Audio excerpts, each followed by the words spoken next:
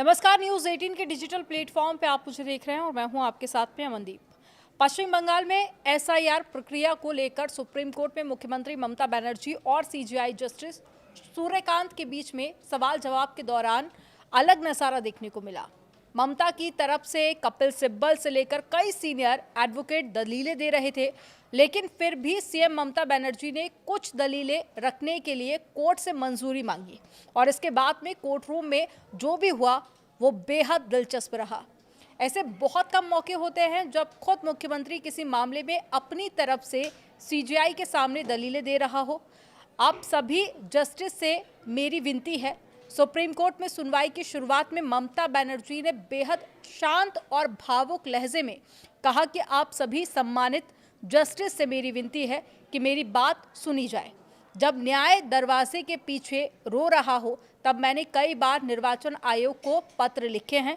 Court room में उस वक्त ममता बनर्जी के ठीक पीछे सांसद कल्याण बनर्जी खड़ी थे, जिनसे वह बीच बीच में बांग्ला में बातचीत कर रही थी। सीजेआई सूर्यकांत ने इसी बीच हस्तक्षेप किया। जैसे ही ममता बनर्जी विस्तार से अपनी बात रखने लगी, चीफ जस्टिस सूर्यकांत ने उन्हें टोकते हुए कहा कि पश्चिम बंगाल राज्य ने याचिका दायर की है। आपकी तरफ से देश के कुछ सर्वश्रेष्ठ वरिष्ठ अधिवक्ता यहां पर मौजूद हैं। वरिष्ठ अधिवक्ता कपिल सिब्बल और श्याम दीवान आपकी सभी दलीलें रख रहे हैं।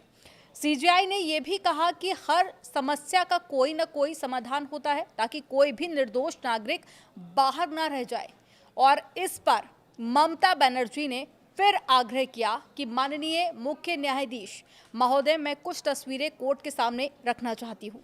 उन्होंने कहा कि ये तस्वीरें उनकी निजी नहीं है, बल्कि प्रमुख समाचार पत्रों में प्रकाशित हुई हैं और ये दिखाती हैं कि पूरी एसआईआर प्रक्रिया के केवल नाम हटाने के लिए है, ना कि नाम जोड़ने के लिए नहीं है।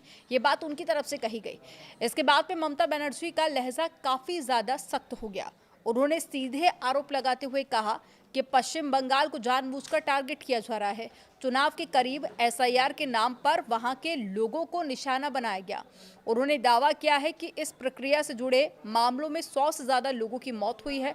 कई बीएलओ यानी कि बूथ लेवल ऑफिसर ने आत्महत्या कर ली है। उत्पीड़न का दोष चुनाव अधिकारियों पर डाला जा रहा है। उदाहरणों से समझाने की कोशिश भी की गई।